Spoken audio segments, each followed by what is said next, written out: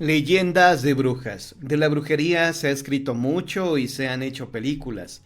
Desde aquella persona que consulta su horóscopo hasta aquel sacerdote que oficia una misa negra. De alguna manera, la mayoría de nosotros tenemos que ver con las prácticas mágicas. Pero en sí, ¿qué es la brujería? Es un método místico y milenario, desarrollado para modificar las acciones mediante conjuros o técnicas implementadas por la alquimia. Anteriormente se consideraba que aquellos que practicaban la brujería tenían un pacto con el diablo o con entidades malignas. En la época medieval y del Renacimiento se consideraba como bruja a toda persona que mostrara cualquier indicio de conocimientos o actividades fuera de lo común y las buenas costumbres. El Tribunal de la Santa Inquisición originó verdaderos holocaustos del siglo XIII al XVII, y durante ese tiempo la persecución de la brujería llevó a miles de personas a fallecer en la hoguera. La clásica bruja vestida de negro, con sombrero de punta y que puede volar sobre una escoba para llegar a su guarida a preparar una poción mágica en un enorme caldero, es solo el resultado de la degeneración que ha tenido la leyenda. La mayoría de las tradiciones que aún en nuestro país son ya de culto, como el Halloween entre otras, provienen de los antiguos celtas. Fueron traídas hasta nuestras tierras por los conquistadores que impusieron inclusive religiones y creencias que cambiaron nuestra manera de celebrar a los dioses y las manifestaciones de la naturaleza. Si bien en algunos rituales de iniciación a la brujería se menciona que es posible volar, no se hace referencia a la imagen de la brujita mala sobre su veloz escoba. La brujería en sí tiene orígenes inciertos, y esto se debe a que cada cultura ha dado origen a sus propias tradiciones mágicas. Lo que hoy se conoce como brujería es ya resultado de toda una combinación de culturas. Concentrémonos en nuestro pueblo, por toda la República Mexicana, ante la ausencia de médicos. El lugareño, allá en las montañas o en los lejanos valles, ha tenido que acudir al curandero, hierbero, chamán o brujo. Respetado y temido a la vez, el brujo o curandero es rodeado de un hálito de misterio, y su figura es observada con curiosidad y temor, aunque cuando la enfermedad o el mal llega, el paciente sumisamente y ya sin miedo se pone en sus manos. El curandero, conocedor del miedo y la esperanza, manipula hábilmente la fe de su enfermo. Se mete en su conciencia y le da la pócima real o ficticia que le motive, y con serenidad le dice: hermano, esto te curará. Y ante la magia de esas palabras, el milagro sucede. Desafortunadamente, las malas intenciones pueden dominar al individuo. Dicen que tener poder es abusar de él. Y sí, algunas personas que descubrieron prácticas mágicas no tardaron en usarlas para fines nefastos. A algunos de estos brujos se les conoce también como diableros. Los diableros son en realidad personajes astutos, faltos de una cultura amplia. Tienen altares impresionantes con figuras del ángel negro, y lo que es más importante, se rodean de una fama misteriosa que hace que la gente les tema. Muchos diableros cultos amasan con su verbo y manos una pasta misteriosa que a la larga los hace ricos, pues el diablo, dígase lo que se diga, es buscado con dinero y por dinero mucho más que Dios. Contaré ahora lo que le sucedió a un hombre de Santiago Tuxtla llamado Juan, quien culminó su carrera publicitaria y profesional en la exposición de ritos, ceremonias y artesanías mágicas 79, que se efectuó en Santiago Tuxtla la noche de un jueves 8 de marzo, hace algunos años ya. Se convirtió en un brujo diablero afamado. Él hizo su rito demoníaco a las 24 horas en la caverna, misterioso lugar de reunión, solo accesible por un improvisado camino por donde se bajaba a una profundidad considerable por unos escalones improvisados en los que una cuerda servía de apoyo.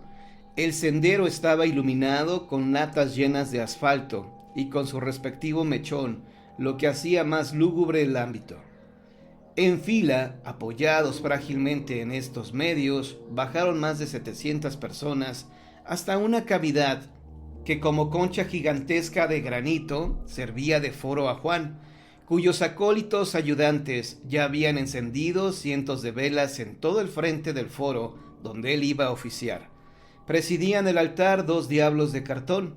A la medianoche, Juan llegó en camiseta con su dotación de sapos y gatos. Después de gritar fórmulas mágicas y de llamar al diablo para que estuviera en la ceremonia, pronunció todos los nombres que tiene, junto con los de sus auxiliares, así como el de Astarot, Adonai, Luzbel y 20 más que retumbaron lúgubremente en ese antro convertido en centro propiciatorio. Poco después, Juan mató a los sapos y ante todos degolló al gato y gritó sus anatemas diabólicos. Un mago que estaba presente en la ceremonia dijo: «¡Vámonos de aquí! Que Juan está ahora diciendo fórmulas mágicas de las que no conocen su fuerza destructora, y puede ocurrir una catástrofe. No creo que las pueda controlar o manejar. ¡Vámonos!». Se temía realmente a otra cosa, que la gente, al terminar el rito, deseosa de subir, se colgara de las cuerdas. Estas cedieran ante el peso de 300 personas y que los de arriba, al caer de una altura de 100 metros, lastimaran a todos los de abajo, se volcaran los combustibles de las latas, se incendiara el zacate y luego la montaña completa, y atrapados fallecieran los testigos de tan aterradora ceremonia en esa oquedad sin salida. Así pues, antes de que el impactante rito terminara, salieron algunos y alertaron a otros tantos sobre el riesgo, así que decidieron subir. Juan pudo manejar con habilidad al Señor de lo Negro, porque la posible tragedia no sucedió, pero la experiencia fue para todos los presentes aquella noche de lo más subyugante. Juan, como todo diablero, tiene mucho éxito. Él busca personas perdidas, trae de regreso a la gente querida o extrañada y usa al diablo para ayudar a las personas que están en apuros. Cuando nosotros lo visitamos en su casa, allá por el puente, pudimos ver su altar lleno de diablos de papel, cartón, madera, barro, lámina y hasta de plástico. Tiene uno impactante que sin duda es hechura local de gran tamaño y de color acero azulado. A un lado, una pequeña biblioteca de obras sobre magia y diablería, y el altar todo lleno de veladoras. Juan habla con fluidez y mostrando con su enorme facilidad de palabra que conoce el tema. Le gusta nombrar al diablo con todos los nombres con que desde tiempos inmemoriales se le ha denominado. Aunque, como nos lo dijo el brujo sabio del noroeste, muchos brujos no lo saben, pero no son del diablo ni de sus sargentos acólitos. Juan solo cobra cuando el hecho, el milagro o lo pactado sucede, es decir, él queda libre de reclamaciones. Así pues, si la niña aparece son 3,000 pesos, si la señora regresa son 5,000, y así va caminando con su profesión. Cuando uno le pregunta a Juan, ¿qué pasa si el sujeto no paga, ya ha hecho el trabajo? Él, sentencioso, solo responde: «No creo que quieran enfrentarse a Astarot», y señala a sus imágenes. En nuestro país hay muchos lugares donde personas como Juan viven de sus brujerías. Más que leyendas, son sucesos reales de gente que usa todo lo que está a su alcance para lograr algunos prodigios.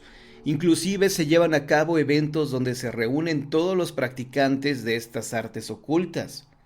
El primer año que se llevó a cabo la Convención de Brujos fue en 1978. Durante la segunda, en 1979, se habló de lo que los brujos de Catemaco estaban celosos, porque el evento de la exposición de ritos se efectuó en Santiago y no en su población.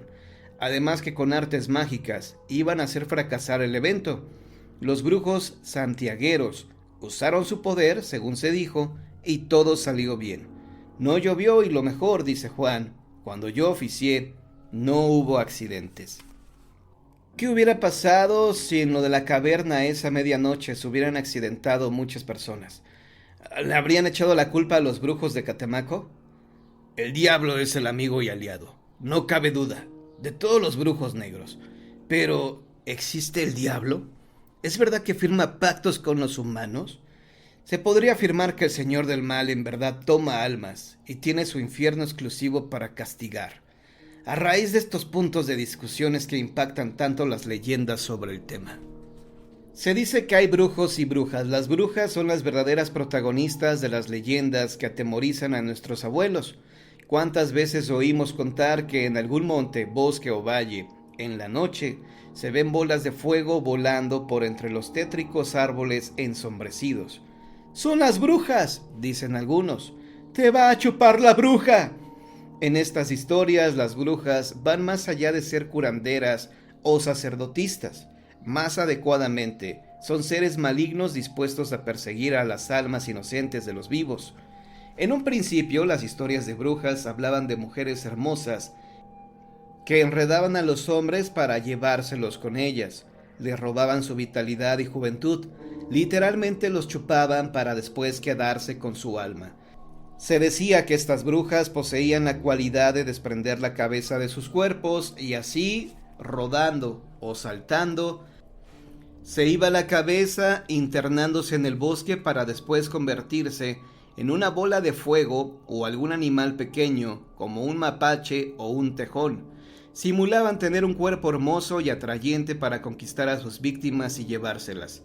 De hecho, se dice que la sola impresión de ver una cabeza sangrante saltando por ahí causaba una gran impresión y un tremendo susto, lo que hacía enfermar al testigo de tal aparición hasta que lo alcanzaba la muerte.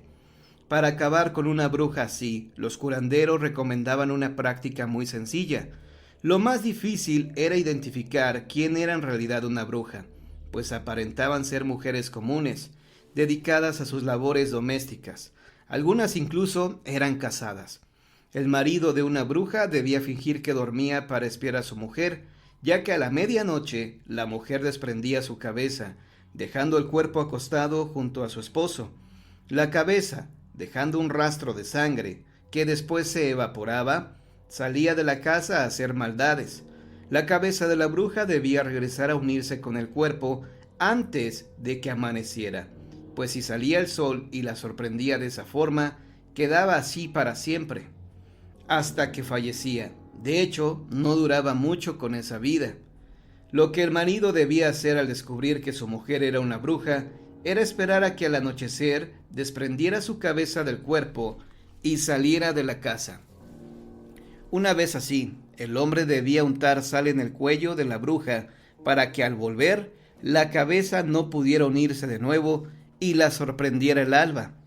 Se dice que en los estados sureños de nuestro país, por las mañanas muy temprano, se veía a los hombres que andaban con sus machetes matando a las brujas que habían sido descubiertas esa noche.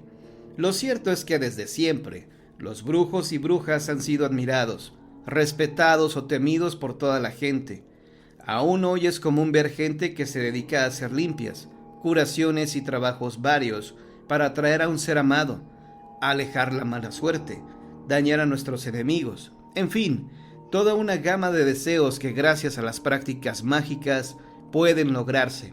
Bueno, eso dicen. En realidad nuestro objetivo es hablar de leyendas que han asombrado a muchos y que desafortunadamente se han ido perdiendo.